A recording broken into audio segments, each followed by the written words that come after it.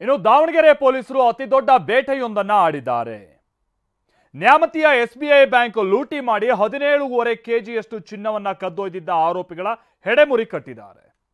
ಕಳ್ಳರ ಬೇಟೆಯ ಕಾರ್ಯಾಚರಣೆ ಸಿನಿಮಾ ಕಥೆಗಿಂತಲೂ ಕೂಡ ರೋಚಕವಾಗಿದೆ. ಹತ್ತತ್ರ 17.5 ಕೆಜಿ ಚಿನ್ನವನ್ನ ಹಾಗಾದ್ರೆ ಪೊಲೀಸರು ಹೇಗೆ ರಿಕವರ್ ಮಾಡಿದ್ರು, ಹೇಗೆ ಕಳ್ಳರು ತಗಲಾಕೊಂಡ್ರು, ಬನ್ನಿ ರಿಪೋರ್ಟ್ ಅಲ್ಲಿ ನೋಡ್ಕೊಂಬೋಣ.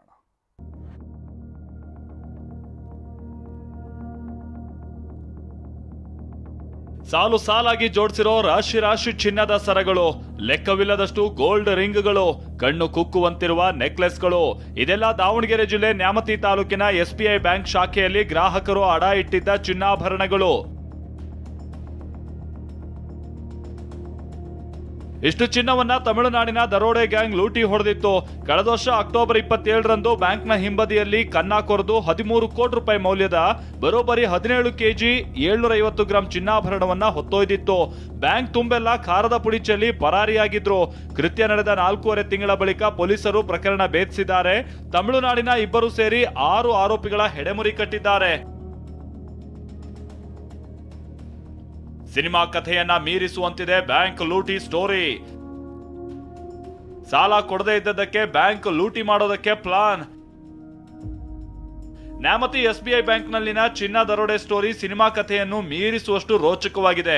ನೋಡಿ, ಈ ಫೋಟೋದಲ್ಲಿ ಕಾಣ್ತಾ ಇದ್ದಾನಲ್ಲ, ಈತನೇ ಬ್ಯಾಂಕ್ ದರೋಡೆಯ ಸೂತ್ರಧಾರ. ನ್ಯಾಮತಿ ಪಟ್ಟಣದಲ್ಲೇ ವಿಐಪಿ ಅನ್ನೋ ಹೆಸರಿನ ಬೇಕರಿ ಇಟ್ಕೊಂಡಿದ್ದ.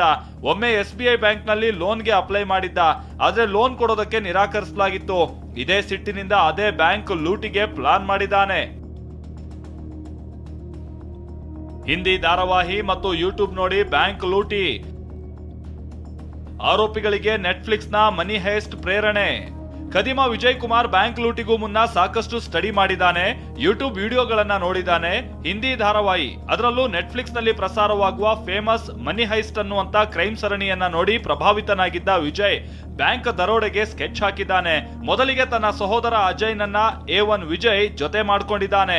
ನಂತರ ತಮಿಳುನಾಡಿನ ಮತ್ತೋರ್ವ ಪರಮಾನಂದ ಹಾಗೂ ಸ್ಥಳೀಯರೇ ಆದ ಬೆಳಗುತ್ತಿಯ ಅಭಿಷೇಕ್, ಸುರೆಹೊನ್ನೆ ಗ್ರಾಮದ ಚಂದ್ರ ಮತ್ತು ಮಂಜುನಾಥನ ಜೊತೆ ಸೇರ್ಕೊಂಡು ಬ್ಯಾಂಕ್ ದರೋಡೆ ಮಾಡಿದ್ದಾನೆ. ಅಷ್ಟು ಗುಟ್ಟಾಗಿ ಇದನ್ನ ರಹಸ್ಯವನ್ನು ಬಚ್ಚಿಟ್ಟು ಈ ಕೆಲಸವನ್ನು ಮಾಡಿದ್ದಾರೆ. ಇವ್ರನ್ನೇನಾದರೂ ಪತ್ತೆ ಹಚ್ಚದೆ ಹೋಗಿದ್ರೆ ಇವರು ದೊಡ್ಡ ವೃತ್ತಿಪರ ಕಳ್ಳರ ಗ್ಯಾಂಗ್ ಆಗಿ, ದರೋಡೆಕೋರರ ಗ್ಯಾಂಗ್ ಆಗಿ ಪರಿವರ್ತಿತ ಆಗುತ್ತಿದ್ದರಲ್ಲಿ ಯಾವುದೇ ಸಂಶಯವಿಲ್ಲ. ಬಾವಿಯಲ್ಲಿ 17 ಕೆಜಿ ಬಚ್ಚಿಟ್ಟಿದ್ದ ಖತರ್ನಾಕ್ಗಳು. 1 ವರ್ಷ ಆಚೆ ತೆಗೆಯದೇ ಇರೋದಕ್ಕೆ ಮಾಡಿದ್ದರು ಪ್ಲಾನ್. 17 ಕೆಜಿ 750 ಗ್ರಾಂ ಚಿನ್ನಾಭರಣ ಕದ್ದು ತಮಿಳುನಾಡಿಗೆ ಎಸ್ಕೇಪ್ ಆಗಿದ್ದ ಆರೋಪಿಗಳು ತಮ್ಮ ಸ್ವಗ್ರಾಮದ ಬತ್ತಿ ಹೋಗಿದ್ದ ಬಾವಿಯಲ್ಲಿ ಬಾಕ್ಸ್ನ ಒಳಗೆ ಚಿನ್ನ ಹಾಕಿ ಹೂತಿಟ್ಟಿದ್ರು. ಬಳಿಕ ವಿಶೇಷ ಪೂಜೆ ಮಾಡಿದ್ರು. ಅಲ್ಲದೆ 1 ವರ್ಷ ಹೊರಕ್ಕೆ ತೆಗೆಯದೇ ಇರೋದಕ್ಕೆ ನಿರ್ಧರಿಸಿದ್ದ ವಿಚಾರ ತನಿಖೆಯಲ್ಲಿ ಬಯಲಾಗಿದೆ. ಕೂಡ ನಾವು ಪಕ್ಕಾ ಕರೆಕ್ಟ್ ಆಗಿ ವೆರಿಫೈ ಮಾಡಿ ಯಾರು ಮಾಡಿದ್ದಾರೆ, ಏನು ಮಾಡಿದ್ದಾನೆ, ಹೆಂಗೆ ಮಾಡಿದ್ದಾನೆ ಅನಲೈಸ್ ಮಾಡಿ ಆ ಗೋಲ್ಡ್ ಎಲ್ಲ ತಮಿಳುನಾಡು ಉಸ್ಲಾಂಪಟ್ಟಿ ಮಧುರೈ ಜಿಲ್ಲೆಯಲ್ಲಿ ಇರುವಂತಹ ಅವನ ನೇಟಿವ್ನಲ್ಲಿ ಇದ್ದ ಒಂದು ದೊಡ್ಡ ತೋಟದ ಫಾರೆಸ್ಟ್ ರೀತಿಯಾಗಿ ಇದೆ. ಅಲ್ಲಿ ಒಂದು 30 ಅಡಿ ಬಾವಿಯಲ್ಲಿ ಇವನು ಒಂದು ಲಾಕರ್ ಮತ್ತೆ ಅದಕ್ಕೆ ಹಗ್ಗ ಕಟ್ಟಿ ಹಾಕಿರ್ತಾನೆ. ಬಾವಿಯಲ್ಲಿ ಚಿನ್ನ ಹೂತಿಟ್ಟ ಬಳಿಕ ಖದೀಮರು ವಾಪಸ್ ನ್ಯಾಮತಿಗೆ ಬಂದು ಏನೂ ಗೊತ್ತಿಲ್ಲದಂತೆ ಯಥಾ ಪ್ರಕಾರ ಬೇಕರಿ ಕೆಲಸದಲ್ಲೇ ತೊಡಗಿಸಿಕೊಂಡಿದ್ರು. 4 ತಿಂಗಳುಗಳಿಂದ ದಾವಣಗೆರೆ ಪೊಲೀಸರಿಗೆ ಚಳ್ಳೆ ಹಣ್ಣು ತಿನ್ನಿಸಿದ್ದ 6 ಮಂದಿ ಆರೋಪಿಗಳು ಕೊನೆಗೂ ಲಾಕ್ ಆಗಿದ್ದಾರೆ. ಬಂಧಿತರಿಂದ ಸದ್ಯ 17.01 ಕೆಜಿ ಚಿನ್ನ ಜಪ್ತಿ ಮಾಡಲಾಗಿದೆ. ಅಡ ಇಟ್ಟಿದ್ದ ಚಿನ್ನ ಕಳೆದುಕೊಂಡು ಕಂಗಾಲಾಗಿದ್ದ ಗ್ರಾಹಕರು ಸದ್ಯ ನಿಟ್ಟುಸಿರು ಬಿಟ್ಟಿದ್ದಾರೆ. ಬಸವರಾಜ ದೊಡ್ಮನಿ, TV9 ದಾವಣಗೆರೆ.